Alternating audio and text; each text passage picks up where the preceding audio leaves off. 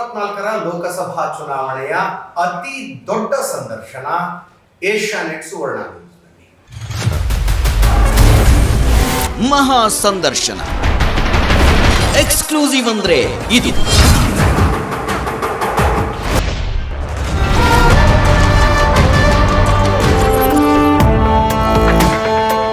ಸ್ವತಃ ನರೇಂದ್ರ ಮೋದಿ ಅವರು ಏಷ್ಯಾನೆಟ್ ಸುವರ್ಣ ನ್ಯೂಸ್ನಲ್ಲಿ. नमस्कार प्रधानमंत्री जी. एशियानेट सुवर्ण न्यूज़, एशियानेट न्यूज़, कन्नड़ा प्रभा और asianetnews.com से बात करने के लिए 2014 और 2019 में बहुत डिसाइसिव विक्ट्री मिली आपको. फिर से आप वही बात कर रहे हैं कि डिसाइसिव विक्ट्री इस बार बहुत ज़रूरी है और आप उसमें इंडिया की ग्रोथ स्टोरी की बात करते हैं.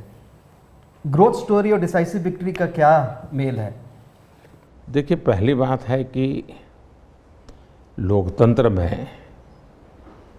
मैं तो चाहूँगा हर एक राजनीतिक दल में ये एस्पिरेशन होना चाहिए कि भाई हम चुनाव लड़े, लोगों का विश्वास जीते और सत्ता में आकर के हमारे जो उसूल हैं, हमारे जो रूल्स हैं, जो भी अपने सपने हैं उसको लागू करने का प्रयास करें. तो किसी भी राजनीतिक दल में अगर ये महत्वाकांक्षा ही नहीं है तो फिर लोकतंत्र के लिए ठीक नहीं है. तो लोकतंत्र की आवश्यकता है कि सभी राजनीतिक दल जो भी है इनके मन में भाव रहना चाहिए कि वे कभी न कभी सत्ता में आकर के अपने विचारों के आधार पर देश की सेवा करेंगे. ये लोकतंत्र की आवश्यकता होती है. जहाँ तक बीजेपी का सवाल है, देखिए 2014 में जब हम आए थे तब एक 5-6 दशक का कांग्रेस को राज करने का अवसर मिला और शायद उनको कोई विपक्ष जैसा कुछ था ही नहीं. इतना मीडिया भी नहीं था और न ही इतनी मीडिया में वाइब्रेंसी थी. यानी एक प्रकार से उनके लिए ऐसा खुला मैदान था और देश भी उनके साथ था, क्योंकि आज़ादी के आंदोलन के बाद जो भाव थे वो जो चाहते वो देश कर लेता, लेकिन वो मौका गंवा दिया और धीरे धीरे धीरे डिटोरेशन पर आया. और उस परिस्थिति में 2013 में जबकि मेरे पर एक आरोप था, इस आदमी को हिंदुस्तान का क्या पता है, इस आदमी को दुनिया का क्या पता है, ये सारे नकारात्मक मुद्दे होने के बावजूद भी लोगों ने हमें सेवा करने का अवसर दिया. और मैं कह सकता हूं कि 2014 वो उम्मीद का कालखंड था. लोगों के दिल में भी उम्मीद थी और मेरे मन में भी उम्मीद थी कि हम उनकी उम्मीदों को पूरा करें. और 5 साल में सरकार चलाना मतलब मैं शासन नहीं करता हूं, मैं सेवा करता हूं. सरकार चलाने का मतलब मैं पद पर बैठ करके मौज करने के पक्ष में नहीं हूँ. मैं एक सामान्य नागरिक से भी ज़्यादा मेहनत करने का प्रयास करता हूँ लोगों के लिए. लोगों ने बड़े निकट से हमारी सरकार के कामों को देखा. 2014 में उम्मीद का वातावरण था, 2019 में ये एक प्रकार से विश्वास में पलट गया. जन सामान्य का इतना विश्वास, उसने मेरे भीतर एक नया आत्मविश्वास भर दिया. मुझे लगा कि हम सही दिशा में हैं. हम सबके लिए जो काम करने का, सबका साथ सबका विकास सबका प्रयास का मंत्र लेके चले हैं, उसको जमीन पर हम उतार पाए हैं. और उसका परिणाम ये आया कि 2019 का कालखंड एक विश्वास का कालखंड रहा. और आज जब मैं 2024 में देशवासियों के पास गया हूं तो मेरा 13-14 साल का एक राज्य के मुख्यमंत्री नाते अनुभव, 10 साल का प्रधानमंत्री के नाते अनुभव और इसमें किए हुए कामों के आधार पर मैं कह सकता हूं कि मैं इस बार गारंटी लेके गया हूं. यानी कभी उम्मीद, फिर विश्वास और अब गारंटी. और जब गारंटी होती है ना तो बहुत बड़ी जिम्मेवारी होती है। और मुझे लगता है कि आज दुनिया में जो भारत का के प्रति भरोसा बना है, आखिर विश्व ने, हिंदुस्तान ने 30 साल तक अस्थिर सरकारों को देखा है। अस्थिर सरकारों ने देश का बहुत नुकसान किया है। विश्व में भी भारत का पूरी तरह देखने का नजरिया बहुत ही एक प्रकार से कोई वैल्यू ही नहीं था। लेकिन स्थिर सरकार क्या कर सकती है वो देश के मतदाताओं ने देखा है। और इसलिए मुझे लगता है कि 2024 ये चुनाव मोदी नहीं लड़ रहा है, बीजेपी नहीं लड़ रही है, देश की जनता का इनिशिएटिव है।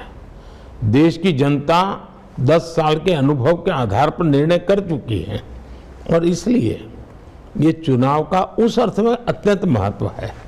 तो अब जगह जगह जा रहे हैं मोदी जी, सभाएं कर रहे हैं, रैलीज कर रहे हैं, माहौल क्या लग रहा है आपको? लोगों तो के रिएक्शन के ऊपर मैं सार्वजनिक जीवन में लंबे समय से काम करता हूँ। मैं संगठन का कार्यकर्ता रहा हूँ, तो मैं माहौल को समझ पाता हूँ। मैं कोई ज्योतिषी नहीं हूँ, लेकिन उस वाइब्रेशंस को समझ पाता हूँ और उसके आधार पर मैं कह सकता हूँ कि मैं जहाँ जहाँ गया हूँ, और मैं कोई चुनाव के समय दौरा करने वाला इंसान नहीं हूँ। मैं हफ्ते में नॉर्मली हर फ्राइडे, सैटरडे, संडे कहीं न कहीं जाता हूँ।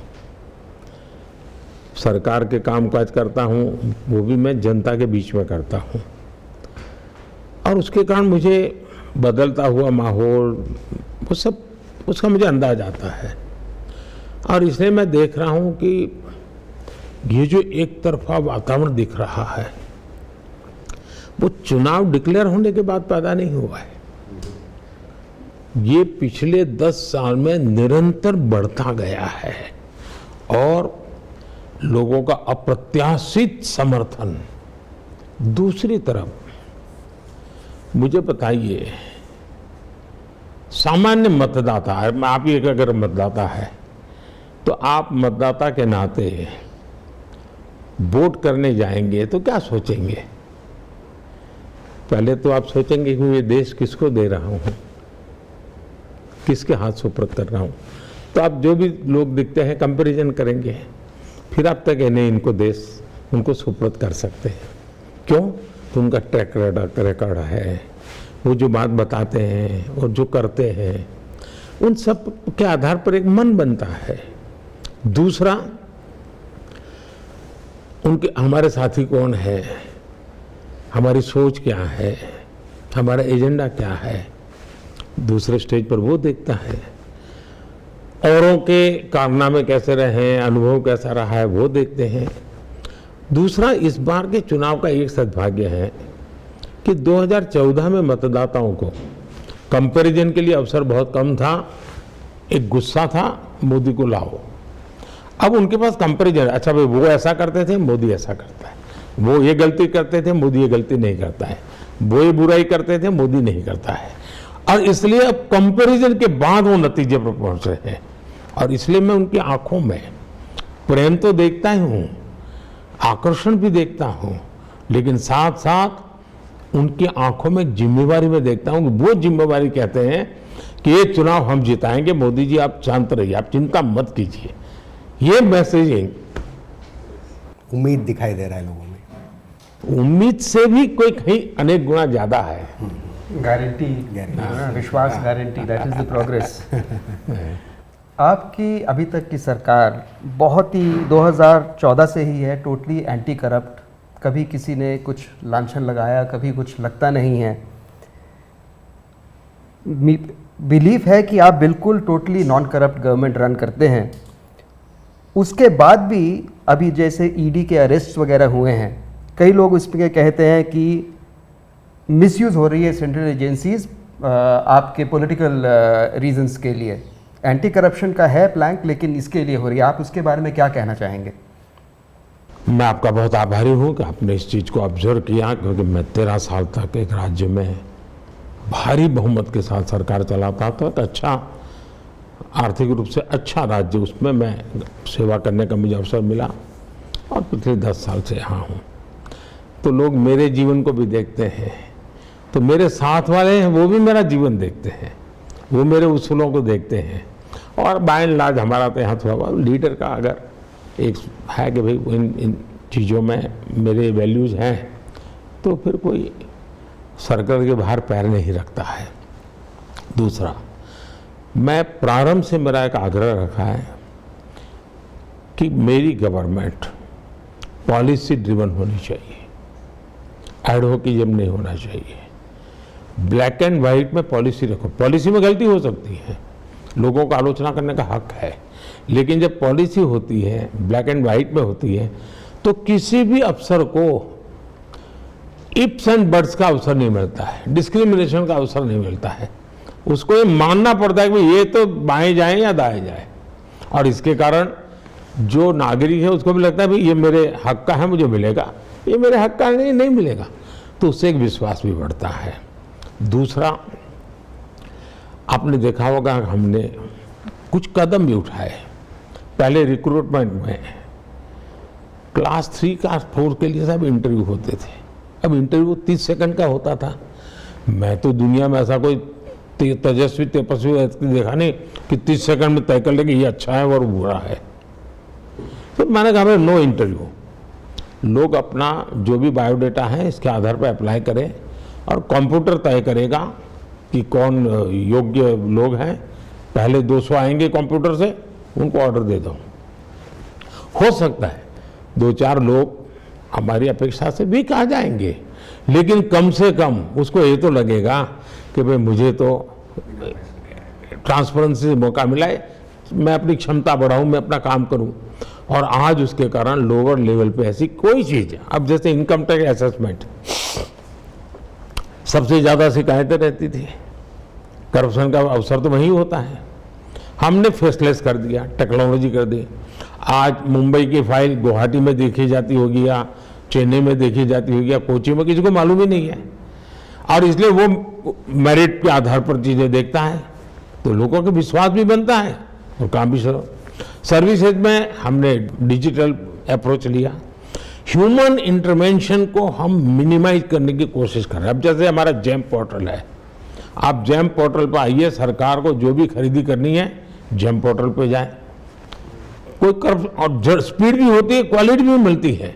तो मैं समझता हूँ कि ये हमारा जो ऑनलाइन मैकेनिज्म है, एक मल्टीफेसेटेड हमारी एक्टिविटी है, उन सारी चीज़ों का परिणाम है।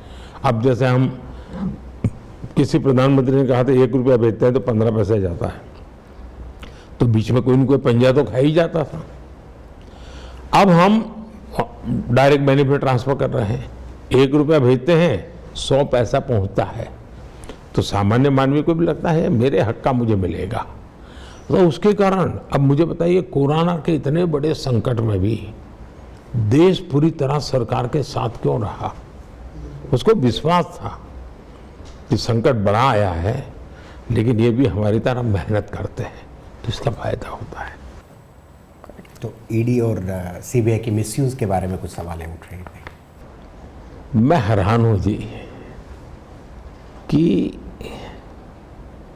कोई भी, अगर मान लीजिए रेलवे है, रेलवे में टिकट चेकर का एक पोस्ट है,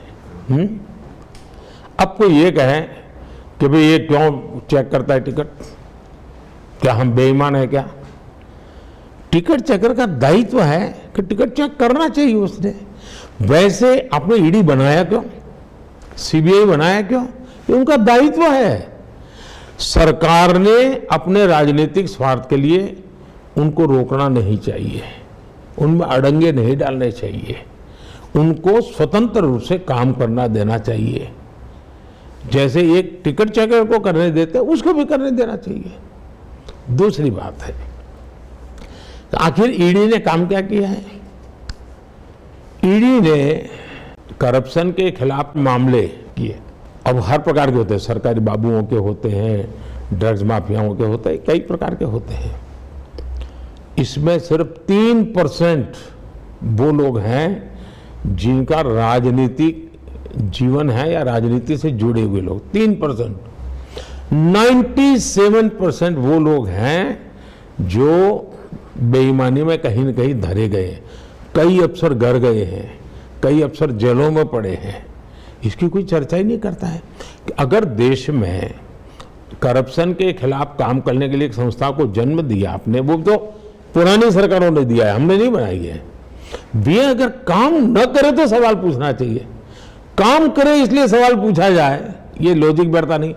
अच्छा, 3% सिर्फ है जिनको अभी तक ईडी पहुंची है, 97% दूसरा है।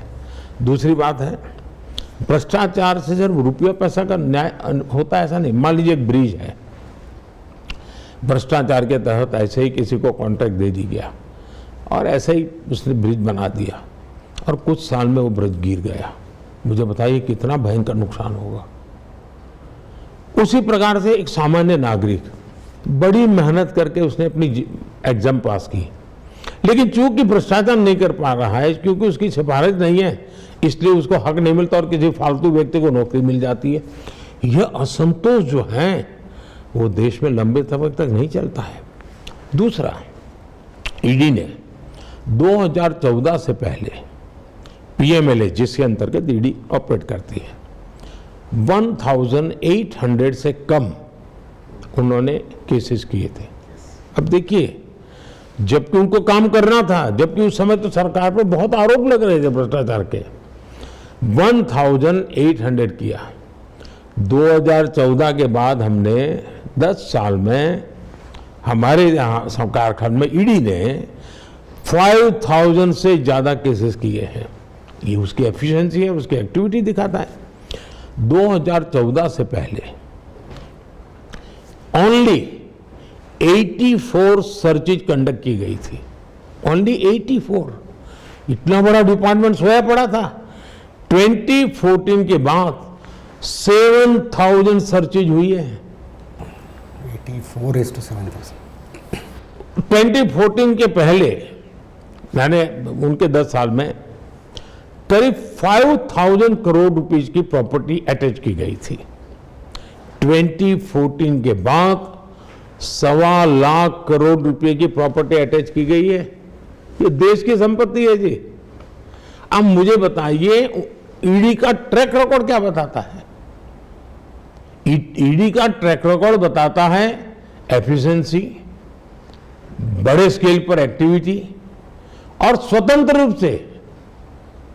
अगर हम देश में करप्शन हटाना चाहते हैं तो आपको जो संस्था जिस काम के लिए बनी है उसको आपने काम करने देना चाहिए। पॉलिटिशियनों ने ऐसी संस्थाओं को अंदर अपनी टांग नहीं अड़ानी चाहिए।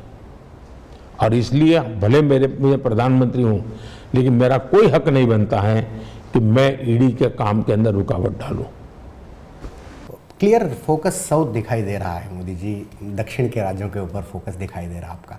मगर कर्नाटक में विधानसभा चुनाव घटे और आपने बहुत जमकर प्रचार किया, नतीजे उतने आप जैसे चाहते थे उतना ऐसे नहीं आए। तेलंगाना का ऐसे हुआ।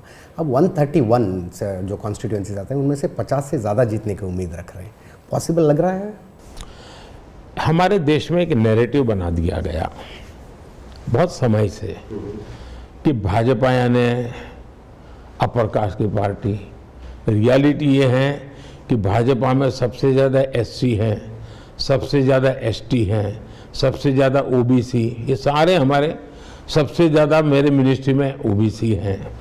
फिर बना दिया कि भारत अर्बन पार्टी है। आज मेरी पार्टी का पूरा कैरेक्टर ऐसा है कि जिसमें ग्रामीण लोग सबसे ज़्यादा है।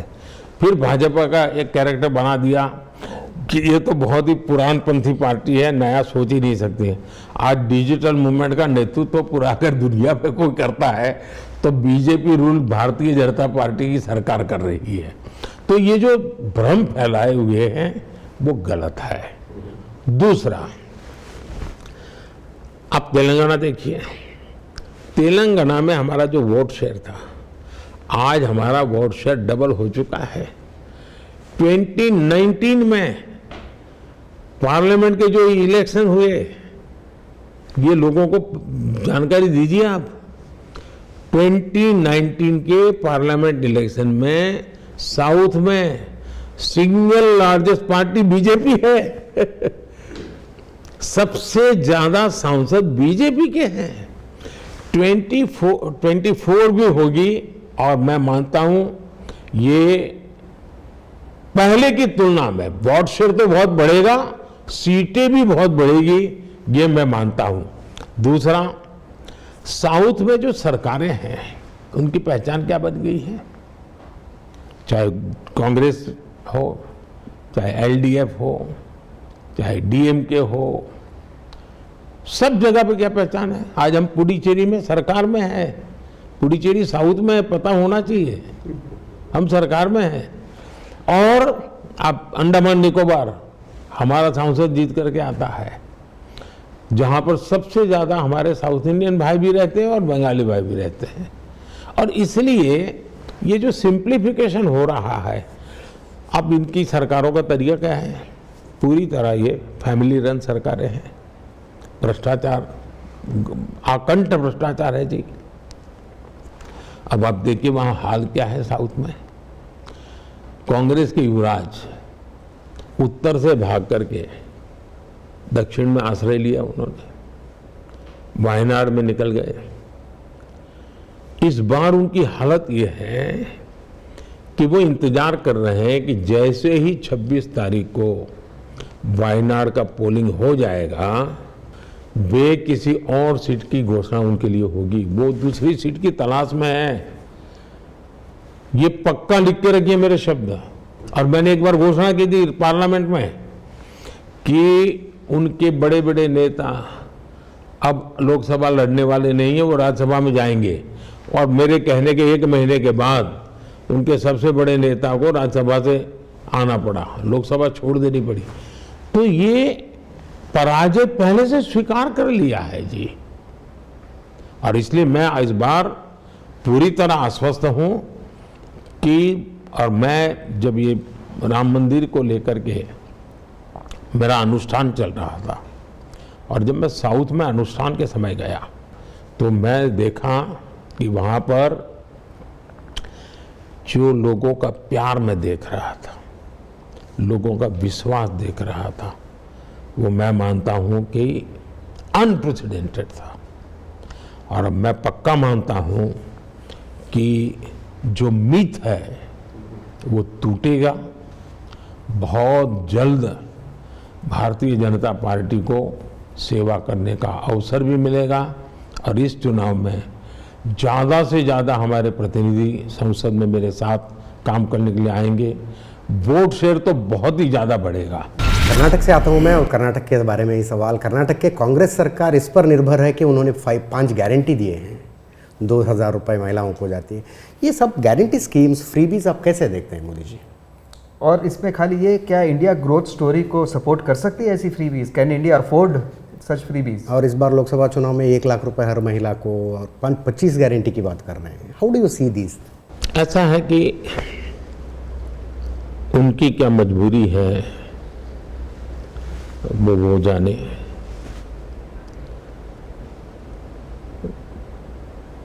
निराशा की गर्त में डूबे हुए राजनीतिक दल हाथ पैर मारने का प्रयास कर रहे हैं। मैं मेरी बात बताता हूं। देखिए, मुझे लंबे अरसे तक गुजरात में एक मुख्यमंत्री के नाते काम करने का अवसर मिला है, और 10 साल से मुझे प्रधानमंत्री के रूप में लोगों ने काम करने का मौका दिया है। मेरा पास इतना लंबा अनुभव है, और मेरा अनुभव है कि हमने कभी भी हमारे देश के नागरिकों के सामर्थ्य को कम नहीं आंकना चाहिए। मैंने एक बार लाल किले से कहा कि भाई जो अफोर्ड कर सकते हो गैस की सब्सिडी छोड़ दें। इस देश में 1 करोड़ से ज़्यादा लोग आए जिन्होंने गैस की सब्सिडी छोड़ दी। यानी मेरे देश के लोग, किसी समय हम कहते थे, लाल बहादुर शास्त्री ने कहा खाना छोड़ो, खाना छोड़ा था। आज भी मेरा देश, मेरे देश के नागरिक हमसे ज्यादा देश को प्यार करते हैं, हमसे ज्यादा देश के लिए करने को तैयार है जी। हम कम से कम उनको कम न आके, अब देखिए कोविड के समय मैंने पार्लियामेंट में रिक्वेस्ट की सांसदों को कि भाई आपकी सैलरी छोड़ दीजिए। मेरे देश के सांसदों को कभी कभी लोग कान पकड़ते हैं कि तुम अपना तनख्वाह बढ़ा दे। मेरे देश के सांसदों ने अपनी सैलरी छोड़ दी थी। ये सारी चीजें हैं जो प्रेरणा देती हैं। गरीब की हैंड होल्डिंग होनी चाहिए, इस देश के नागरिक की हैंड होल्डिंग चाहिए। और हमारा मॉडल है देश के हर नागरिक को एम्पावर करना, गरीबों को विशेष रूप से एम्पावरमेंट मिलना चाहिए। और देखिए बहुत सी चीजें ऐसी होती है कि आप सिस्टमेटिक जनता पर का बोझ कम करना है सरकार का दायित्व है, ये कोई उपकार नहीं है, हमारा का दायित्व है। लेकिन उसके तरीके क्या, जैसे हमने जन औषधि केंद्र खोले, करीब 11,000 जन औषधि केंद्र खोले हैं और मैं 25,000 तक ले जाना चाहता हूं। जन औषधि केंद्र में करीब 2,000 दवाइयां मिलती हैं, करीब 300 से ज्यादा मेडिकल इक्विपमेंट मिलते हैं और 80% डिस्काउंट। मतलब आपके परिवार में बुजुर्ग हैं और आपके परिवार के बुजुर्ग को अगर महीने का 2,000-3,000 की दवाई लगती है तो मध्यम वर्ग के परिवार पर बहुत बड़ा बजट पर आज 80% डिस्काउंट हो गया, तो उसको भी लगता है माँ बाप की सेवा करूंगा। अब देखिए बिजली बिल कम करने के लिए मैंने एलईडी बल्ब योजना लाई। जो एलईडी बल्ब कांग्रेस के जमाने में 400 रुपये मिलता था वो मेरे जमाने में 40 पे आ गया। एलईडी बल्ब के कारण उसका 20%, 30% बिजली का बिल कम हो गया। और अभी मैं पीएम सूर्य घर योजना लेके आया हूं। आप सोलर पैनल लगाइए, 0 बिजली बिल। इतना ही नहीं, आगे का कालखंड इलेक्ट्रिक व्हीकल का आने वाला है, तो आप सोलर एनर्जी से अपने घर की बिजली का उपयोग करिए और आपके व्हीकल को भी आप इलेक्ट्रिक व्हीकल को चार्जिंग कर सकते हैं उसी से। इसका मतलब उसका ट्रांसपोर्टेशन भी 0 बजट वाला हो सकता है। अब ये एम्पावरमेंट भी है, एट द सेम टाइम उसके सर पर आर्थिक जो बोझ है वो कम करने का लगातार प्रयास। और इन सर प्रोजेक्ट का परिणाम क्या आया है? पहले गरीबी हटाओ के नारों 5 दशक तक सुने हैं, पहली बार देश सुन रहा है कि 25 करोड़ लोग गरीबी से बाहर निकले। ये एम्पावरमेंट से होता है। देश का सामान्य नागरिक बहुत सामर्थ्यवान है। मेरा देश के सामान्य नागरिक पर ज्यादा भरोसा है। आप क्योंकि आप जनौषधि केंद्रों पर बोले, एक वीडियो देख रहा था मैं, कोई बुजुर्ग खड़े होके बोलते हैं, वीडियो कॉन्फ्रेंस था आपका, 5,000 रुपये पहले औषधि का खर्च आता था, अब 1,600 पे कम हुआ है और मैं बचे हुए पैसों से फल खा पा रहा हूँ। आप भी बहुत भावुक हुए थे, उस बात करते करते बहुत भावुक हो गए थे आप। लगता है ऐसे बहुत सुकून देते हैं ऐसे योजनाएं। Yeah, I'm from Kerala and more interested in Kerala. You seem to be more focused in Kerala than previous years, and whenever you come to Kerala, you focus on the cooperative sector and the looting of public money. It is, can I expect some actions or? पहली बात तो है कि Bharatiya Janata party और जनसंघ के जमाने से हम पूरे देश की सेवा करना चाहते हैं, देश के हर हिस्से की सेवा करने। राजनीतिक फायदा हो वहां करो काम, राजनीतिक फायदा न हो वहां न करो काम, ये हमारे सिद्धांत नहीं है। 1967 में जनसंघ का सबसे बड़ा राष्ट्रीय अधिवेशन केरल में हुआ था। क्या मतलब हमारे लिए केरल सत्ता पाने के लिए एक मैदान है ऐसा नहीं है। हमारे लिए केरल भी वैसे ही सेवा क्षेत्र है और हम सेवा करते हैं और हम उतने ही लगन से पहले से कर रहे हैं। हमारे सैकड़ों कार्यकर्ताओं को गोलियों से भून दिया गया है, पॉलिटिकल मर्डर किए गए हैं, उसके बावजूद भी हम आज भी वहां सेवा, मां भारती की सेवा करने के भाव से कर रहे हैं। और लेफ्ट की कैडर पर अदालतों ने सजाएं फरमाई हमारे लोगों की हत्याओं के खिलाफ, कई लोग उनके जेल में हैं। तो उसके बावजूद क्यों? हम हमारे लिए कच्छ हो या गुवाहाटी, कश्मीर हो या कन्याकुमारी, हमारे देश का हर कोना हमारा है और इसलिए हम करें। दूसरी बात है, आपने देखा होगा त्रिपुरा किसी जमाने में लेफ्ट 3-4 दशक तक उनका था। जैसे ही बीजेपी आई तो लोगों को पता चला भाई ये तो लूटते थे। त्रिपुरा में बीजेपी इतना अच्छा काम करे लोगों के, और बार बार बीजेपी को अब त्रिपुरा में लोग जिताने लगे हैं। वैसा ही बंगाल, केरल के अंदर इतना भ्रष्टाचार की गंध भरी पड़ी है, लेकिन इकोसिस्टम ऐसी बनाई हुई है कि कोई चीज बाहर आने नहीं देते हैं। और इसलिए इस चुनाव में जब गया, मैं कोऑपरेटिव को लेकर के इसलिए बोला हूं कि ये सामान्य मानवी के साथ बहुत बड़ा क्राइम है। ये इसको माफ नहीं किया जा सकता। गरीब परिवार बैंक में पैसा रखता है ना, तो उसको लगता है चलो ब्याज यहाँ ज्यादा मिलेगा, तो उसको लगता है कि भाई पैसा रखता हूं तो बेटी बड़ी होगी तो शादी करवा लूंगा, और बड़ी मेहनत से वो कमा करके उसके पैसा रखता है। फिशरमैन के पैसे हैं, किसान के पैसे हैं, मजदूर के पैसे हैं। और करीब 300 कोऑपरेटिव बैंक है जो पूरी तरह ये लेफ्टिस्ट लोग चलाते हैं, और करीब 1 लाख करोड़ रुपया केरल के गरीबों का, सामान्य मानवी का उसमें पड़ा हुआ है। अब आप उसमें देखिए कि इन्होंने क्या किया। उसके संचालन करने वालों ने उनके पैसों की चिंता नहीं की, बड़ी बड़ी प्रॉपर्टी खरीद कर ली। अभी एक बैंक में हमने जो कार्रवाई की तो उसमें करीब 90 करोड़ रुपए हमने अटैच किया है, और मैंने अभी लीगल एडवाइस में ले रहा हूं कि ये जो 90 करोड़ रुपए हैं, जिनके पैसे बैंक में थे, इनको वापस कैसे मिले। मैंने ईडी से भी आग्रह किया कि भाई हम देना शुरू करें, और जो लूट रहे हैं उनकी प्रॉपर्टी अटैच करें। हमने अब तक 17,000 करोड़ रुपीस जो इस प्रकार से पकड़े थे, वो संबंधित जिसका था उसको वापस किया है 17,000 करोड़ रुपीस। और इसलिए मैं केरल में इन 300 बैंक का जो घपला इन्होंने किया है, अरबों खरबों रुपयों की, ये जो 1 लाख करोड़ रुपया, ये छोटी अमाउंट नहीं है, गरीब है, और मैं मानता हूं उसको मैं गंभीरता से मैंने लिया है।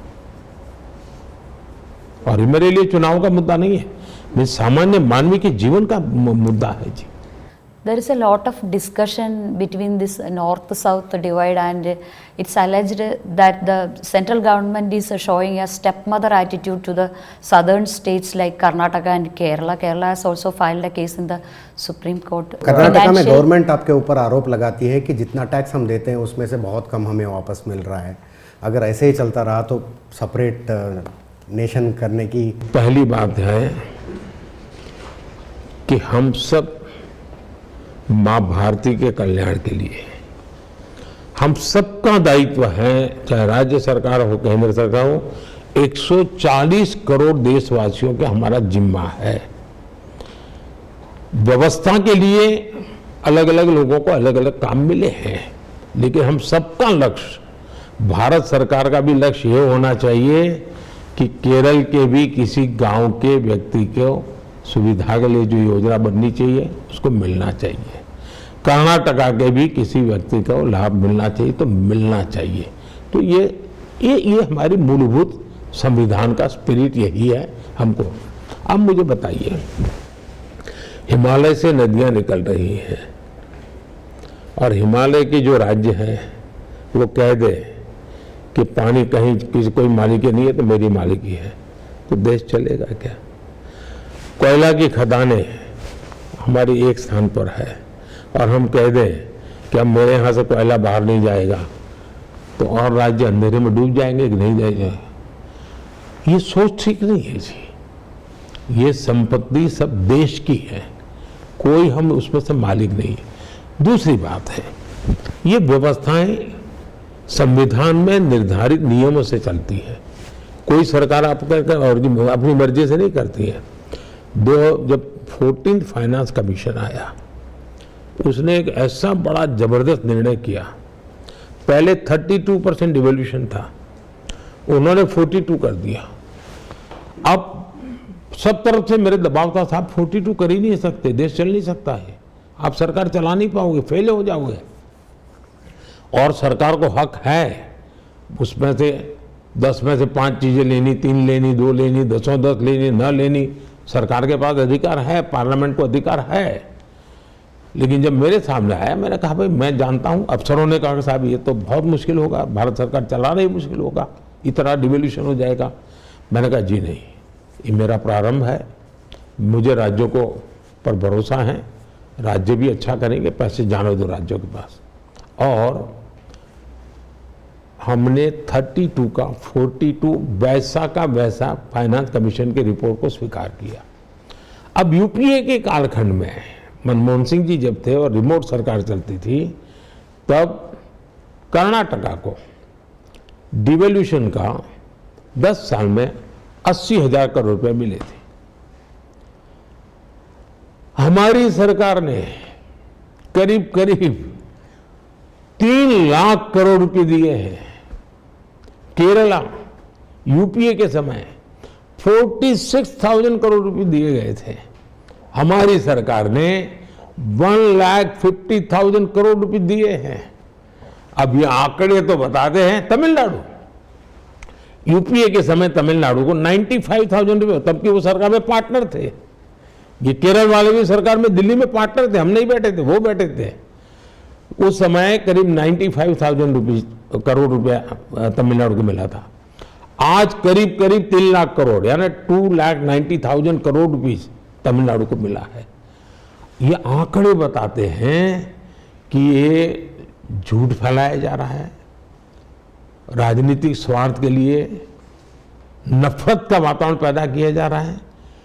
कोई भी और दुर्भाग्य है कि कांग्रेस पार्टी ऐसे लोगों के साथ बैठी है, जो नेशनल पार्टी है, जो 5-6 दशक तक देश चला चुकी है और ऐसी हरकतें और ऐसी गंदी प्रवृत्तियों में हिस्सेदार बन गई है।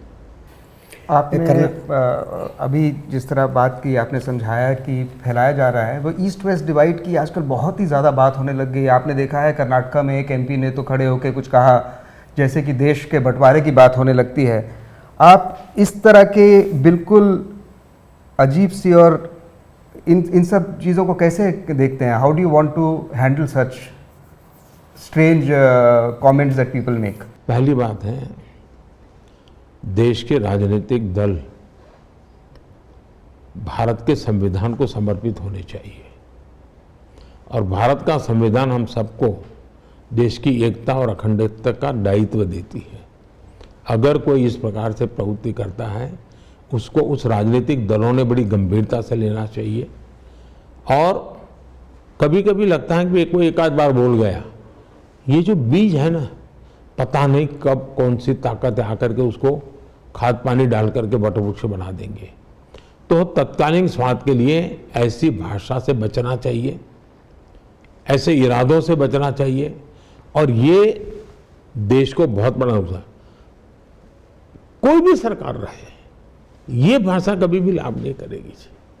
मैं जब गुजरात में था, मेरे साथ बहुत से अन्याय होते थे केंद्र सरकार से, हर प्रकार के अन्याय हुए थे, लेकिन मेरा एक ही मंत्र रहता था और पब्लिकली रहता था, भारत के विकास के लिए गुजरात का विकास। हम सब मिलकर के इस देश को बहुत आगे बढ़ाना है, तो इसमें हमने कोई कॉम्प्रोमाइज नहीं करना चाहिए। और कर्नाटक में सूखा पड़ा है सर, ऐसे मामले अब सुप्रीम कोर्ट तक जाने लगे हैं, सूखा पड़ा है और जैसे फंड्स केंद्र सरकार से जो आने चाहिए नहीं आए हैं, ऐसे करके रिट पिटीशन डाले हैं और चर्चा बहुत हो रही है कर्नाटक से। हुआ क्या है मोदी जी? देखिए, ये हमारे समय से नहीं, लंबे अरसे से कुछ व्यवस्थाएं निर्धारित हो चुकी हैं। देखिए, कोई भी आपदा उसको लाइट नहीं लेना चाहिए। किसी भी इलाके में आपदा हो, कैलेमिटी हो, उसको अत्यंत संवेदनशीलता के साथ गंभीरता से लेना चाहिए और ये नहीं सोचना चाहिए कि वहाँ की सरकार है भुगतेगी। जी नहीं, आपदा आती है, कैलेमिटी आती है तो सरकार तो बाद में, सबसे पहले नागरिक परेशान होता है और हम सबका जिम्मेवार नागरिकों के प्रति है। और इसलिए ये राजनीतिक खेल का मैदान ही नहीं है, होना नहीं चाहिए, ये अत्यंत संवेदनशील। दूसरा पद्धति क्या है? SDRF 900 करोड़ रुपए का फंड ऐसी कैलेमिटी के लिए केंद्र सरकार का हिस्सा समय पर उनको जा चुका है, ये कोई बकाया नहीं है। दूसरा, एक इंटर मिनिस्ट्रियल टीम जब ऐसी विशेष कैलेमिटी आती है, चाहे बहुत बाढ़ आ जाए या चाहे ड्राउट हो या चाहे कोई और बात हो, तो एक इंटर मिनिस्ट्रियल टीम होती है जो भी सभी सरकारों की परंपरा है, ये कोई मेरी सरकार की परंपरा है, वो वहाँ जाती है, अफेक्टेड एरिया में जाती है, वो उसका सर्वे करती है, दौरा करती है, सरकार अपना पिटीशन देती है। फिर एक कमेटी होती है जिसमें पॉलिटिशियन नहीं होते हैं, प्रोफेशनल्स होते हैं, वे मिल करके जायजा लेते हैं। अगर ऐसी विशिष्ट परिस्थिति आई जो 900 करोड़ के उपरांत भी कोई जरूरत है तो उसको दिया जाता है। भारत सरकार ने इलेक्शन कमीशन को लिखा कि भाई ऐसे संकट के समय हम और अधिक मदद करना चाहते हैं, इलेक्शन हमें कमीशन हमें परमिशन दे। लेकिन राजनीतिक हथियार के फायदा ले गए। आजकल फैशन हो गई है सुप्रीम कोर्ट में जाकर के अड़ंगे डाल दो। अब केरल के लोग गए थे, कैसी उनको डांट पड़ी है जी, कैसी बेइज्जती हो गई, सुप्रीम कोर्ट ने कैसा उनको लताड़ दिया। अब ये पॉलिटिकल माइलेज लेने के लिए कुछ भी कर लो, बात है सत्य बताओ ना लोगों को। और मैं मानता हूं ये मीडिया का काम है कि हकीकतों को सच्चे अर्थ में लोगों के सामने रखना चाहिए ताकि देश का नुकसान ना हो। न भारत सरकार की भलाई के लिए करना चाहिए, न राज्य सरकार की भलाई के लिए करना चाहिए, लोगों की भलाई के लिए सच्चे तराजू से तोल करके रखना चाहिए। बहुत ज़्यादा आजकल बातें हो रही हैं कि जो नॉन बीजेपी रन स्टेट है उनके गवर्नर में और सरकारों में बहुत तनातनी चलती है। आपका उसके बारे में क्या कहना है? ये किस तरह, क्यों ऐसा हो रहा है? हाँ, मैं पहले गवर्नर के पहले एक बात बताना चाहता हूँ। मैं ज़रा इनको पूछना चाहता हूँ, 5-6 दशक से जो सरकारें चलाने का जिनको अनुभव है, दुनिया के दुश्मन देश भी हो ना, हॉस्टाइल कंट्री हो, विरोधी कंट्री हो, वहाँ भी जो हमारे मिशंस होते हैं ना, उन मिशन की पूरी चिंता वो रिस्पेक्टिव कंट्री करती है। उनकी सुरक्षा, उनकी व्यवस्था, सब, उनको कोई दिक्कत ना आए इसके लिए पूरी व्यवस्था करती है। दुश्मन देश के यहाँ भी हमारे देश के एम्बेसडर को या हमारी टीम को उतना ही सुरक्षा सम्मान दिया जाता है। ये तो मेरा देश है, मेरे राज्य है और संविधान द्वारा निर्मित गवर्नर की पोस्ट है। क्या उसका मान, सम्मान, मर्यादा उन राज्य सरकारों का दायित्व नहीं है? ये कैसे चलेगा? अब आप कल्पना कीजिए कि केरल के गवर्नर एयरपोर्ट जा रहे हैं और लेफ्ट के साथी मिलकर उनको सामने हुड़दंग कर दे। ये क्या शोभा देता है क्या उनकी सरकार को? मुझे तो कभी, मैंने किसी अखबार में कहीं कॉलम पढ़ा, मुझे हमारे गवर्नर साहब तो बेचारे बहुत सहन करते हैं इसलिए बोलते नहीं है, लेकिन आरिफ साहब को जो उनके यहाँ बजटरी प्रोविजन का पैसा मिलना चाहिए उन्होंने खाना बंद करवा दिया था केरल में गवर्नर के यहाँ। अब आप कल उठ करके इतने गुस्से में आ जाएंगे पॉलिटिकल का, उनकी लाइट बिजली सब बंद कर दो, क्या होगा? मुझे याद है महाराष्ट्र में एक बार गवर्नर को ट्रैवल करना था, उनको हेलीकॉप्टर नहीं दिया, विमान नहीं दिया,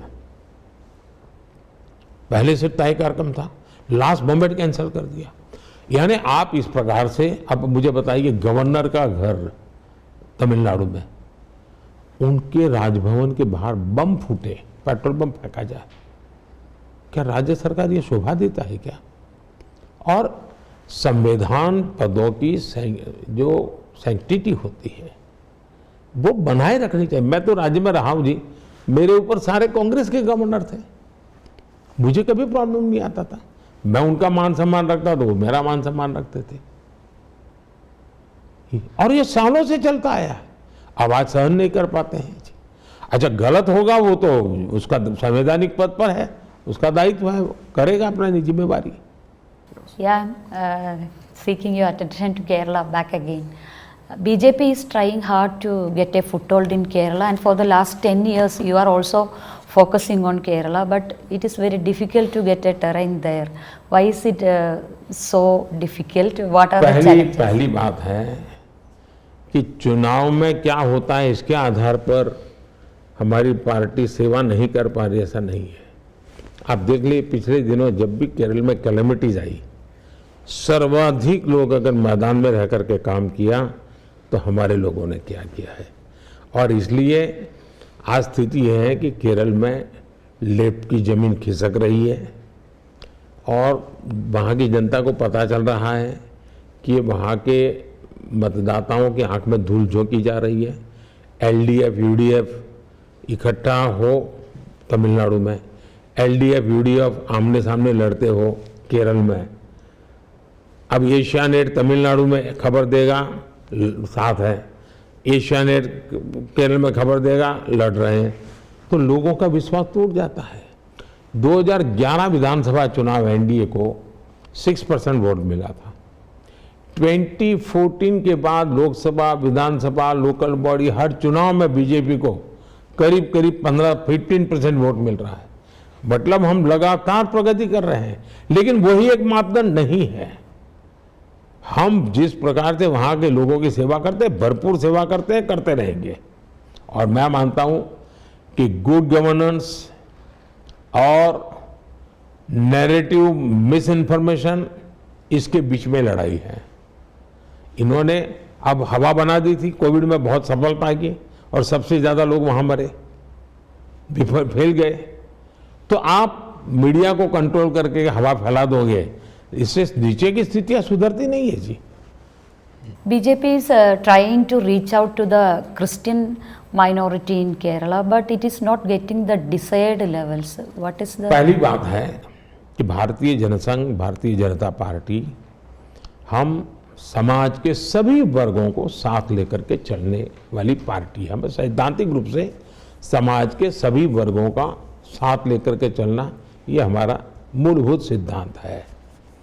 अब देखिए, गोवा में कई दशकों से हमारी सरकार चल रही है, लगातार सरकार चल रही है, और वो क्रिश्चियन कम्युनिटी के मदद से ही चल रही है, उनके सहयोग से ही चल रही है।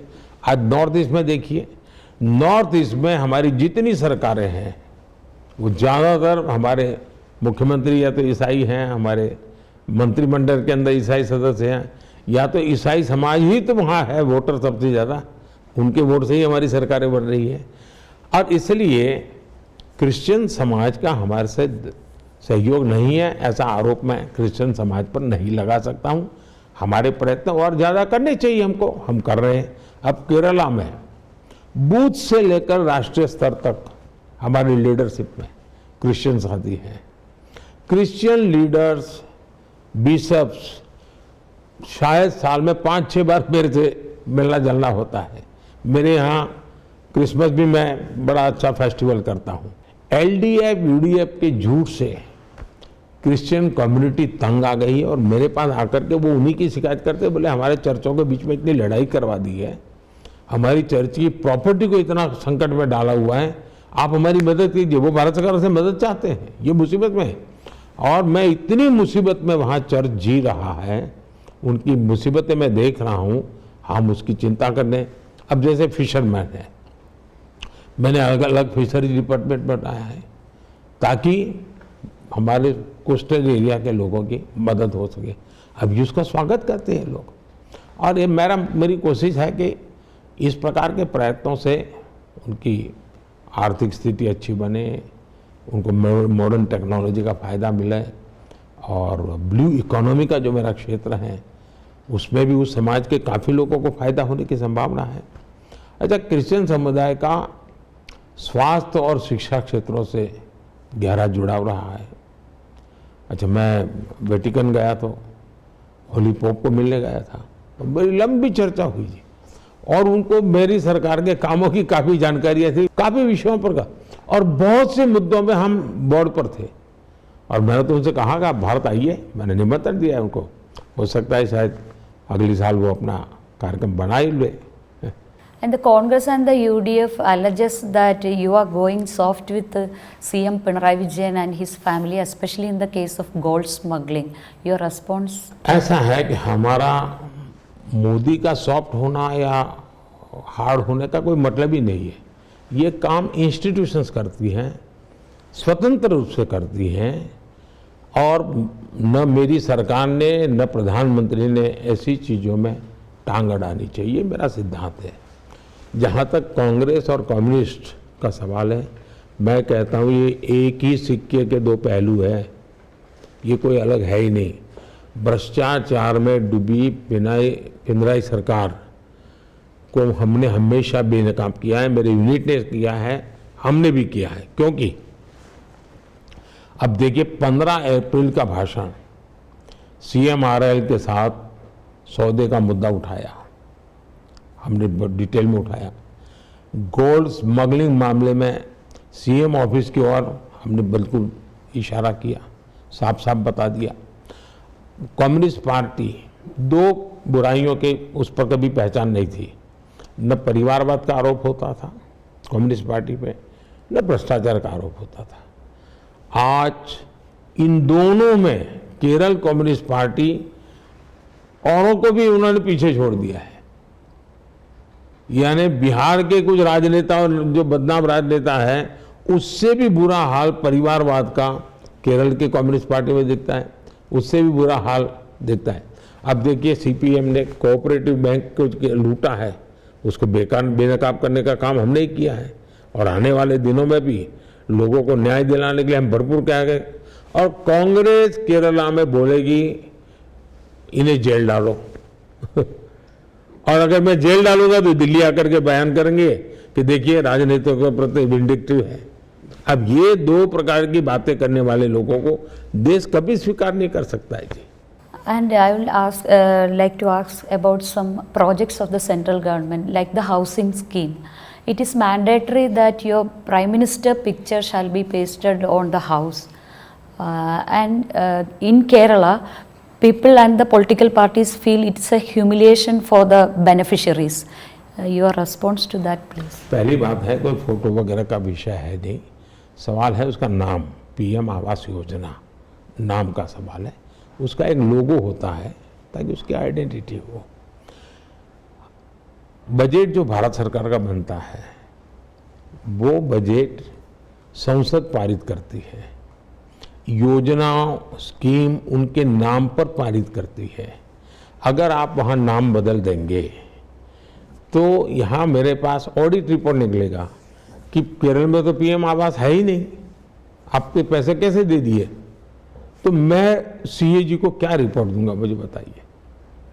मेरी जिम्मेवारी है कि भाई सरकार, मुझे पार्लियामेंट ने जो पैसा खर्च करने का हक दिया है वो मैं वहीं खर्च करूंगा, क्योंकि CAG ऑडिट करेगा। तो हम स्कीम में कोई हमारे नाम के लिए नहीं कह रहे, जिस नाम से स्कीम बनती है, और यहाँ किसी व्यक्ति का नाम नहीं है। PM तो कोई भी PM, जैसे प्रधानमंत्री ग्राम सड़क योजना जब अटल जी की सरकार थी तब बनी, उसके बाद मनमोहन सिंह जी की सरकार आई तो भी प्रधानमंत्री ग्राम सड़क योजना रही, कोई जरूरत नहीं थी बदलने। तो ये PM कोई व्यक्ति नहीं है, एक व्यवस्था है। उसको भी अगर वो विरोध करेंगे तो इसका मतलब आपका नफरत का और निराशा का तत्व कितना दूर है। अच्छा, स्टिकर लगा देने से क्या फायदा है, ये क्यों तनाव पैदा करते हैं। राज्य सरकारों को पास 42% डिवैल्यूएशन मिला हुआ है, वो अपनी योजनाएं चलाएं, कौन मना करता है।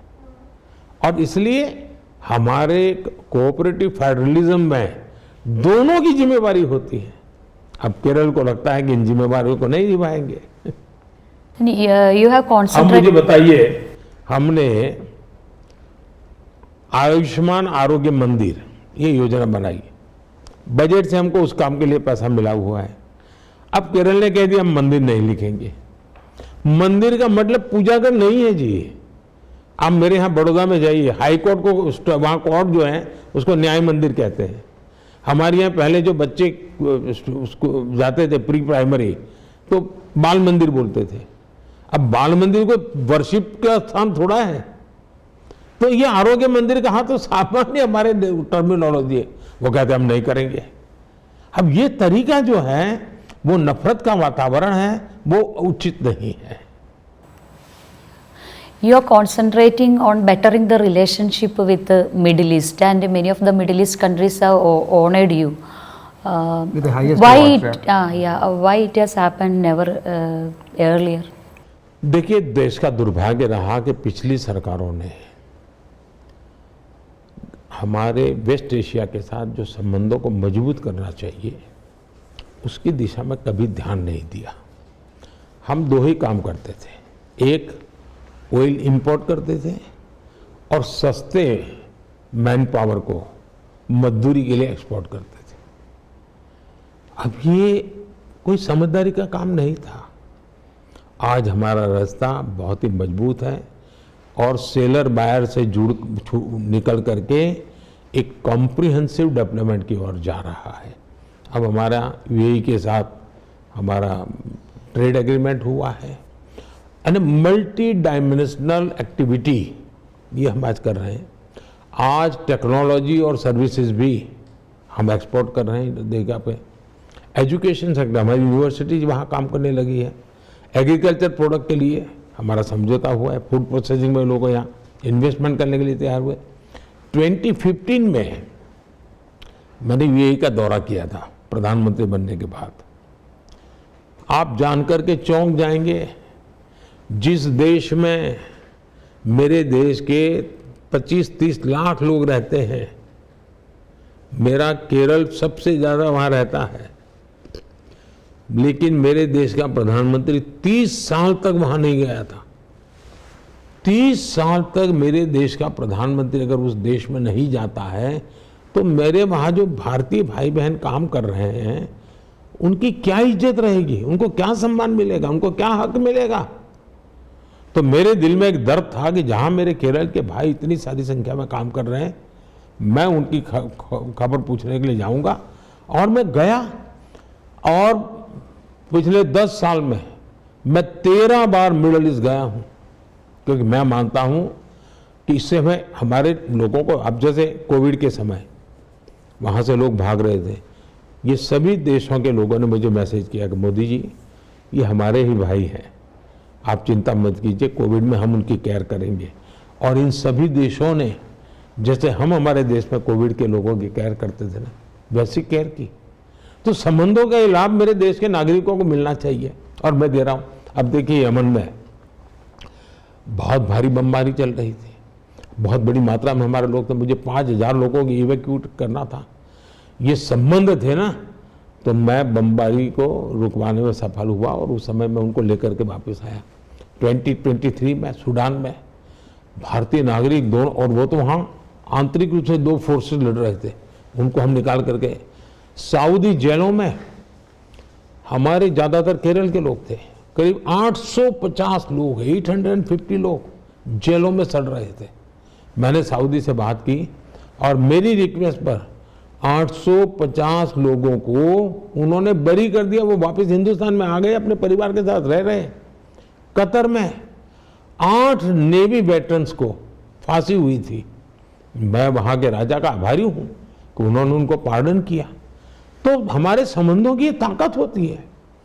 मैं मानता हूँ कि हमें, अब देखिए हज यात्रा, मैंने सऊदी क्राउन प्रिंस उस समय थे, आए थे, तो मैंने उनसे कहा, मैंने कहा भाई हमारी यहाँ जनसंख्या बहुत है, हमारे मुस्लिम भाई बहन को हज के लिए कोटा बढ़ाए। मेरी रिक्वेस्ट पर उन्होंने कोटा बढ़ा दिया। यूएई में वहाँ के भारतीय समुदाय की मंदिर बनाने की इच्छा थी। मैंने यूएई को रिक्वेस्ट की कि हमारे लोग मंदिर बनाना चाहते हैं, सिर्फ ज़मीन चाहिए, आपको इजाज़त चाहिए। उन्होंने इजाज़त भी, ज़मीन भी दी और कंस्ट्रक्शन में जो भी मदद कर सकते हैं सुविधा की वो की, और भव्य मंदिर आज यूएई में बन गया। लाखों लोग वहाँ दर्शन यात्रा करने जाते हैं। अभी मुझे फरवरी में वहाँ उसका उद्घाटन के लिए जाने का मौका मिला। यानी मैं मानता हूँ कि उन्होंने शायद कई देश हैं जिन्होंने मेरा सम्मान किया है, अवार्ड दिए। हाईएस्ट सिविलियन हाँ? अवार्ड्स, हाईएस्ट सिविलियन हाँ। अवार्ड्स। और मैं कहता हूँ ये मेरा नहीं है, ये 140 करोड़ भारतीयों का सम्मान है, और उसके कारण आज हमारा इतना संबंध बना है, और उसका लाभ, सबसे ज़्यादा लाभ मेरे केरल के भाई बहन को मिल रहा है। संबंध तो दिखाई देते हैं, कोई आपको भाई बोलता है, कोई आपको फैमिली मेंबर बोलता है। ऐसे मिशंस कितने मुश्किल होते हैं मोदी जी? क्योंकि मेरा रुचि क्राइम रिपोर्टिंग में है, एक्सटर्नल इंटरनल डिफेंस में होता है। देखते हैं सब, यूक्रेन से बच्चे आ रहे तो बात करते थे कैसे आए, वो बोलते हैं बस तिरंगा दिखाए और छोड़ दिए हमें। मिशन बहुत मुश्किल मिशंस होते हैं। देखिए, आज भारत की एक क्रेडिबिलिटी है, दुनिया भारत को विश्व बंधु के तौर पर यानी फील कर रही है, सिर्फ शब्दों नहीं, भाव से फील कर रही है। और किसी भी संकट के समय भारत हमेशा फर्स्ट रिस्पॉन्डर रहा है।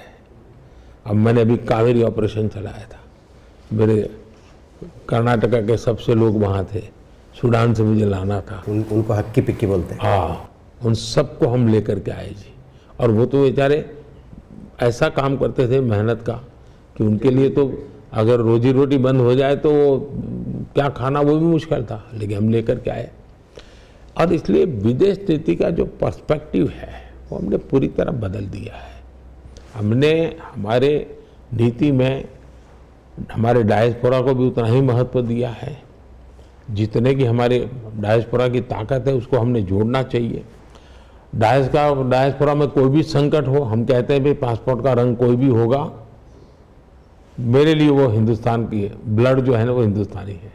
अगर हिंदुस्तानी ब्लड है तो मैं उसके लिए करूँगा। पहले डायस्पोरा का या रेस्को मैंने फॉरेन पॉलिसी का हिस्सा ही नहीं था जी। लोग अपना नसीब अपना जाने, वो हमें पूछ करके थोड़े गए थे। ये भाव था पुरानी सरकारों का। मैं कहता हूँ नहीं भी वो गया है, अब मेरा काम है, मैं इसकी चिंता करूँगा। और हम एंड टू एंड प्लानिंग करके चलते हैं, ऐसे नहीं चलते हम लोग। दूसरे देशों के लोग भी, हमारी क्रेडिबिलिटी इतनी है जी, एक बार तिरंगा लेके चल पड़े ना, भारत माता की जय बोले, तो कोई पूछता नहीं है किस देश का नागरिक है, उसको जाने देता है जी। 2015 में यमन संकट हो, सऊदी किंग से बात की और हजारों लोगों को वापस लाने का काम हमने कहा। यूक्रेन संकट आप तो अभी भी ताज़ी बात है, लोग जानते हैं। इन दिनों मैंने देखा कि शायद किसी कहीं पर एक कैंडिडेट को चुनाव के लिए जो डिपॉजिट देनी थी, तो यूक्रेन में जो बच्चे वापस आए थे उन्होंने इकट्ठे करके उनको पैसा दिया। तो ये अब देखिए, आपको मालूम होगा, शायद केरल के लोगों को मालूम होगा, फादर टॉम की कथा पता होगा। फादर टॉम लंबे अरसे तक आतंकवादियों के कब्जे, आईसिस के कब्जे में थे। हमने लगातार डिप्लोमेटिक दिखने फलाने हर कोशिश की और बहुत लंबे समय के बाद उनको वापस लाए, हम जिंदा वापस लाए। एक बंगाल की बेटी अफगानिस्तान में काम करती थी ईसाइयों के लिए, जूडी डिसूजा करके, उसका अपहरण हो गया था। अब एक बेटी का अपहरण हो तो हर को चिंता रहती है, हमारे लिए भी चिंता थी, पता नहीं इसके साथ क्या होगा। महीनों तक वो आतंकवादियों के कब्जे में रही। हमने हर प्रकार के हमारे संबंधों का उपयोग किया, हम उसको सुरक्षित घर लेकर के आ गए। एक फादर प्रेम थे, उस फादर प्रेम को भी उसी प्रकार से, वो तो लंबे अरसे तक रहे थे। और जब फादर प्रेम मुझे मिलने, मैंने उनके घर फ़ोन किया कि उनकी बहन ने उठाया, मैंने कहा आपके भाई आज दिल्ली पहुंच जाएंगे, तो मानने को तैयार नहीं थी, क्योंकि तब तक हमने सिगरेट रखा था। वो मानने को तैयार नहीं थे कि अब तो हम तो सोच रहे थे अब तो जिंदा कभी आएगा ही नहीं। तो ये जो संबंध है उसका उपयोग हम अपने व्यक्तिगत लिए नहीं करते हैं जी। मेरे देश के नागरिक दुनिया में हैं, उनके लिए लगना चाहिए कि देश मेरे साथ खड़ा है, ये बहुत जरूरी होता है जी। पहले हम सोचते थे विदेश नीति से आम आदमी का कुछ लेना देना नहीं है, सोच ऐसा रहता है, हमसे क्या लेना देना। अब समझ में आ रहा है कि हाँ, अब उनको समझ आ रहा है जी। अब हम जिस किसी देश के साथ करार करते हैं, एग्रीमेंट करते हैं, अब जैसे ऑस्ट्रेलिया के साथ एग्रीमेंट किया, तो पहले तो ऐसा लगा, अब ऑस्ट्रेलिया के साथ एग्रीमेंट ऐसा है कि हमारा बार्बर भी अब जाके ऑस्ट्रेलिया में काम करना है तो कर सकता है। हमारा कुक भी ऑस्ट्रेलिया में जाके काम करना है तो कर सकता है ऑफिशियली। और यानी एक प्रकार से हर सामान्य व्यक्ति को अपॉर्चुनिटी मिल रही है जी, तो इस कॉमन मैन के लिए होता है। हेल्थ केयर के ऊपर वापस आपने काफ़ी बात करी, बहुत बड़ा मुद्दा है फॉर द मिडिल क्लास और आपने बहुत कुछ किया है। Are you satisfied with where we have reached? ऐसा है, जिस दिन मोदी सेटिस्फाई हो जाए ना, तब लिख लेना कि आपको उसको श्रद्धांजलि देनी है, वो जिंदा नहीं है। मैं जीवन के आखिरी तक असंतोष को पालता रहता हूँ, मेरे भीतर मैं कभी संतोष आने नहीं देता हूँ। क्यों? मैं वो असंतोष पालता हूँ ताकि मुझे नया करने की प्रेरणा मिले। तो मुझे कभी संतोष की बात कहना ही मत, क्योंकि मुझे बहुत कुछ करना है। देखिए, जहां तक हेल्थ का सवाल है, गरीब परिवारों तक क्वालिटी हेल्थ केयर की पहुंच, ये मेरे लिए बहुत महत्वपूर्ण है। भारत में दुनिया की सबसे बड़ी स्वास्थ्य बीमा योजना आयुष्मान भारत योजना हम चला, 60 करोड़ से अधिक लोगों को बेस्ट ट्रीटमेंट अच्छे से अच्छी हॉस्पिटल में। और मान लीजिए केरल का व्यक्ति अहमदाबाद गया, वहां बीमार हो गया, तो सिर्फ उसको मोदी का कार्ड दिखाना है, उसको वहां ट्रीटमेंट मिल जाएगी। उसके रिश्तेदार आए, पैसे लेकर के आए, फिर ट्रीटमेंट होगी, ऐसा नहीं है। और आउट ऑफ पॉकेट पहले हमारे यहाँ बहुत खर्च होता था सामान्य नागरिक का। 2014-15 में एवरेज 62% खर्च आउट ऑफ पॉकेट, हर एक को अपने जेब से हेल्थ के लिए खर्च करना पड़ता था, 62%।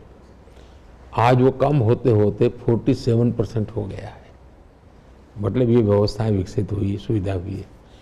2014-15 में हेल्थ सेक्टर पर कैपिटल भारत सरकार का जो बजट खर्च होता था वो 1100 रुपीज होता था।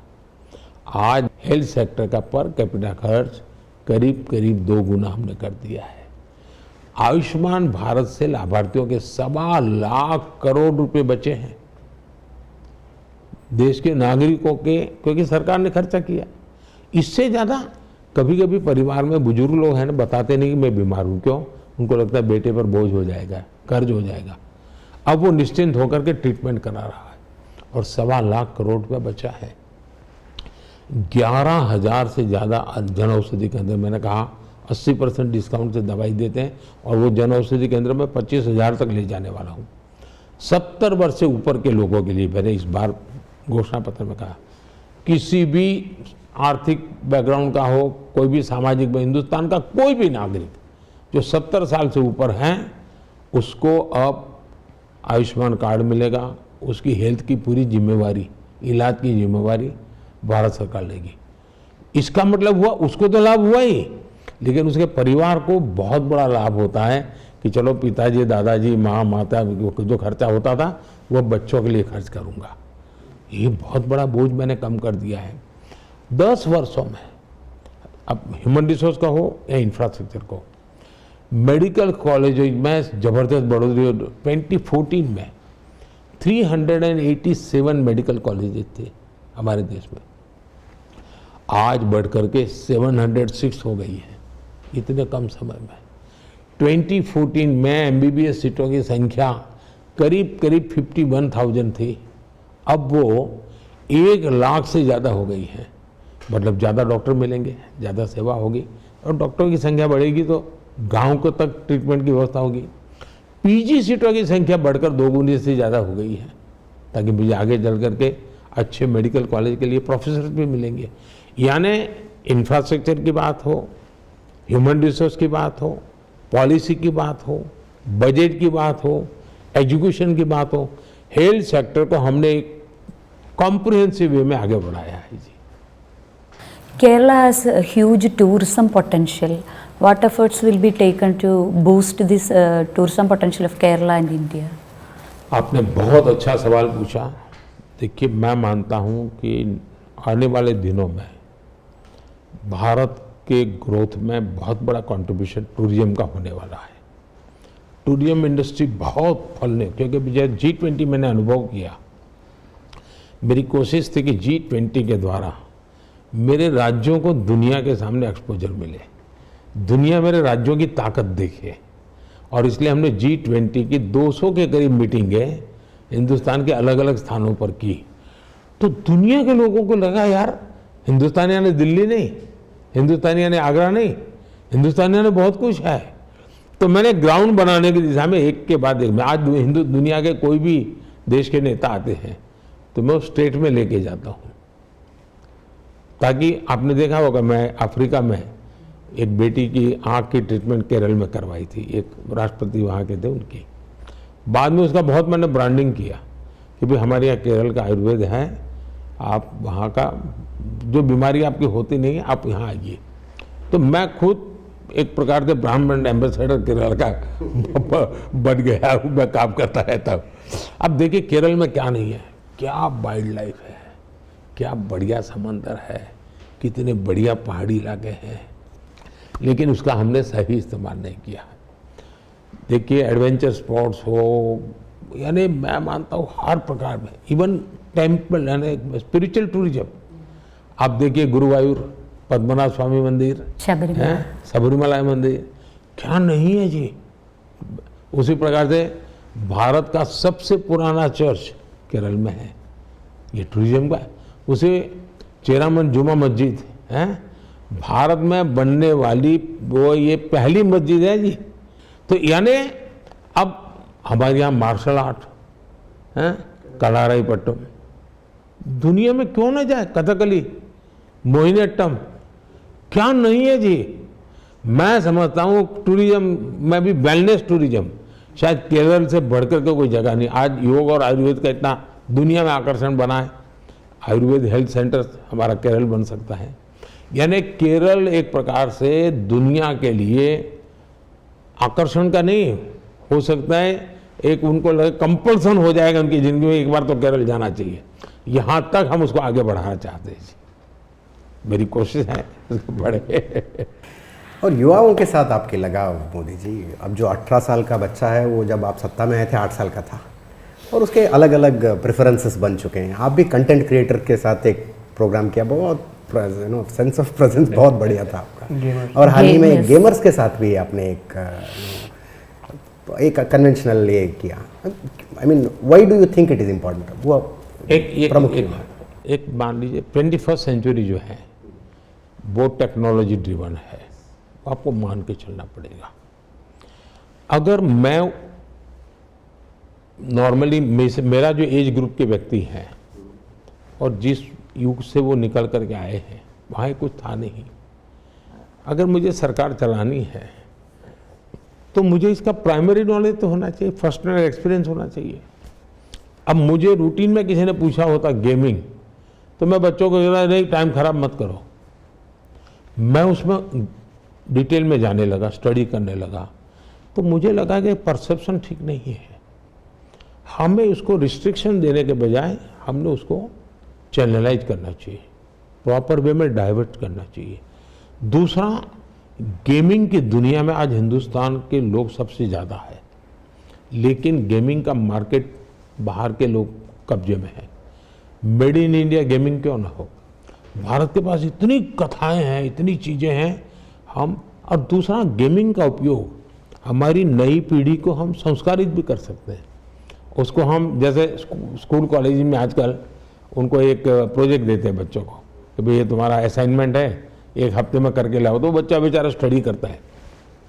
गेमिंग में ऐसा असाइनमेंट दे सकते हैं और वो अच्छे रिजल्ट आ सकता है। अब आपके शायद कर्नाटका में ही गेमिंग वालों ने एक नदी के गंदगी को लेकर के एक गेम बनाई थी और उसकी सफाई का, तो मुझे वो बहुत अच्छा लगा था। तो मैं समझता हूँ उसके कारण लोग जुड़े, ऑनलाइन जुड़े कि हाँ भाई एक नदी गंदी हुई है तो उसको साफ ऐसे किया जाएगा, एक के बाद एक स्टेप करते गए। अब हो सकता है वो उनके संस्कार बन जाए और वो नदी साफ भी करें। तो बहुत सारी अच्छी यानी अच्छी हैबिट्स के लिए, अच्छी सोच के लिए हमें एक अहेड ऑफ द कर्व सोचने की ज़रूरत होती है। और मैं खुद उनको मिला, उनके साथ मैंने समय बिताया। मैंने ज़्यादा बार मैंने उनको कहा मैं एक स्टूडेंट की तरह समझना चाहता हूँ, भाई बताइए मुझे और मुझे इसमें कोई संकोच नहीं होता है और मैं देखता हूँ उसका पोटेंशियल है। अब मैं आने वाले दिनों में उस पर सोचूंगा। दूसरा, मेरा अपना स्वयं का मत है कि मैं एक प्रकार से बंधी हुई सोच वाला इंसान नहीं हूँ, बंधी हुई जिंदगी जीने वाला इंसान नहीं हूँ। मैं नई चीज़ सीखना, नया चीज़ प्रयोग करना, ये मेरे फितरत है। अब 2012 में पहली बार मैंने पॉलिटिकल लाइफ में आई वॉज शायद से फर्स्ट पर्सन जिसने गूगल हैंगआउट किया था। वो गूगल हैंगआउट का उस समय तो कोई पता ही नहीं था। फिर मैंने एक 3D होलोग्राम्स किया था, वो देखा था मैं। 3D होलोग्राम दुनिया के लोग, मैं जब भी उसके बाद जाता था, मुझे दुनिया का कोई राजनेता ऐसा नहीं होगा जिसने मुझे पूछा नहीं कि 3D होलोग्राम है क्या, करते कैसे हो।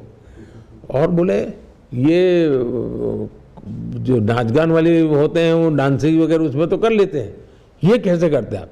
जब मैं उनको बताया कि मेरा इतना बड़ा देश है, इतनी लैंग्वेज, अब जैसे आप देखिए मेरा नमो इन कन्नड़ा, नमो इन मलयालम, नमो इन तमिल, तो मैं AI का उपयोग कर रहा हूँ इन दिनों। और मेरा ऐप भी AI का यूज अपनी तरह का बेहद खास ऐप है।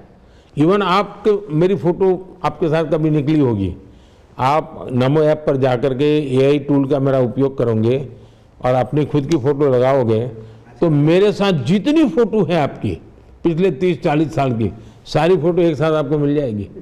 तो मैं AI का उपयोग करता हूँ। तो मैं उसी प्रकार से देखिए जी, एक कंटेंट क्रिएटर्स है, वो भी देश के लिए एक बहुत बड़ी एसेट होते हैं और ग्लोबली वो इम्पैक्ट क्रिएट कर सकते हैं जी। और तो मुझे उनके सामर्थ्य को जानना चाहिए, फर्स्ट हैंड जानना चाहिए। अच्छा, एक बहुत बड़ी इकोनॉमी भी है, मैं चाहता हूँ देश के ग्रोथ में वो भी अपना रोल करें। और स्वाभाविक है कि ये यंग जनरेशन से जुड़ी है, तो मुझे भी अपने आप को उसी उम्र के लेवल पे ले जा करके तैयार करना पड़ता है। देश में VIP कल्चर की तो बहुत लेगेसी है और आई हैव नोटिस्ड उसके बारे में काफ़ी बात होती है। कैसे उसको ख़त्म किया जाए, आपका क्या कहना उसके बारे में?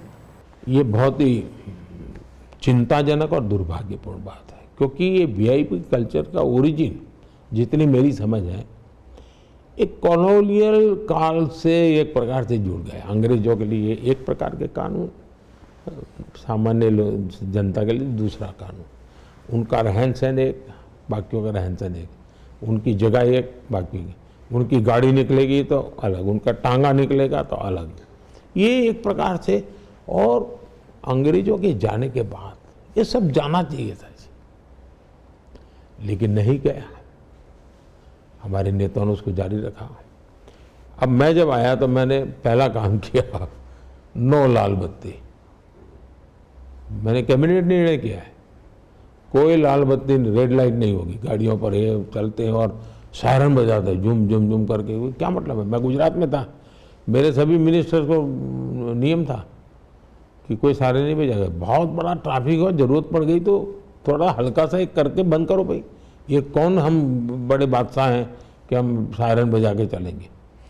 देखिए, मैं मानता हूँ अब VIP नहीं, मेरे लिए तो EPI है। और जब मैं EPI कहता हूँ तो एवरी पर्सन इज इम्पोर्टेंट। और यही हो रहा, लाल बत्ती से लेकर हर एक्शन में VIPism को खत्म करने का मेरा प्रयास रहा है।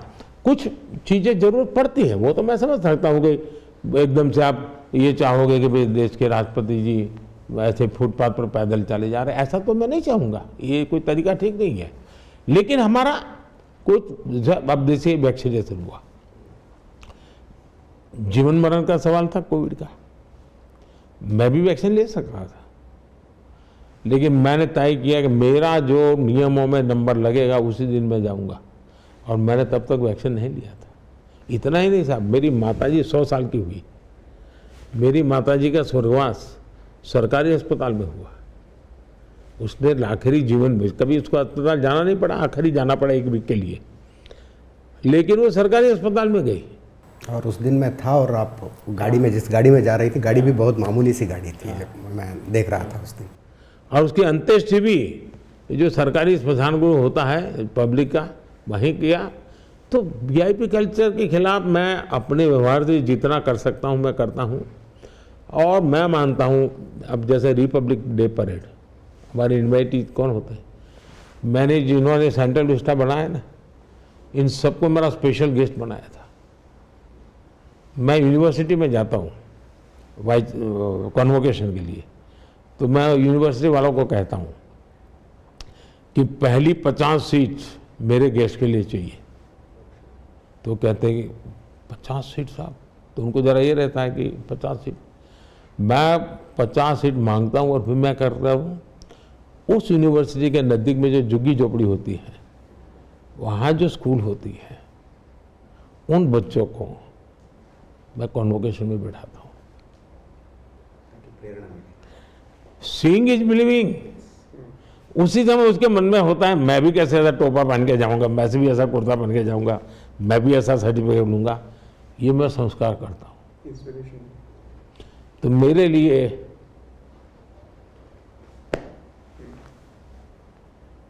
आप देखिए, पहले स्कूल में प्रवेश के लिए एमपी का कोटा रहता था, मैंने खत्म कर दिया।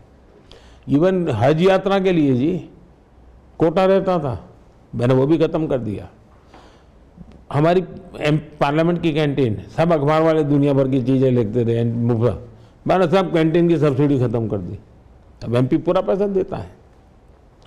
तो देखिए, हमने पद्मश्री, देखिए स्टडी हो रहा है, आज के पद्मश्री की तारीफ हो रही है, क्यों?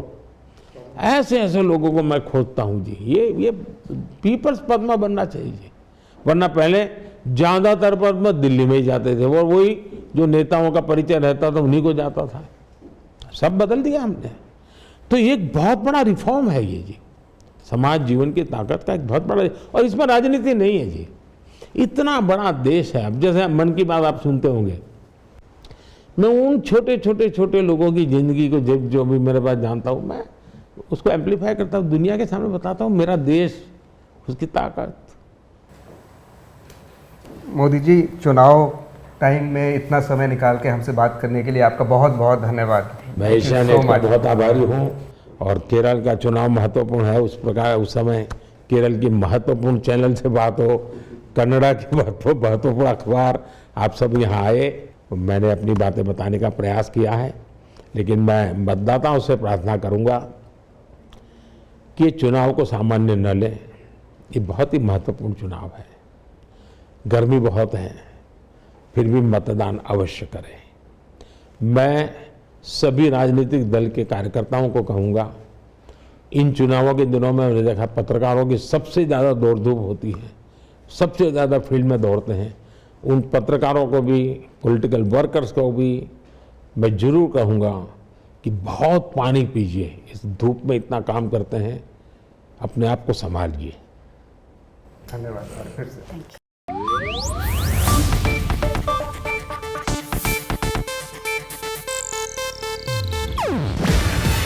ಇದು ಏಷ್ಯಾನೆಟ್ ನ್ಯೂಸ್ ನೆಟ್ವರ್ಕ್ ಪ್ರಸ್ತುತಿ. ನೀವು ನೋಡ್ತಿದ್ದೀರಾ ಏಷ್ಯಾನೆಟ್ ಸುವರ್ಣ ನ್ಯೂಸ್.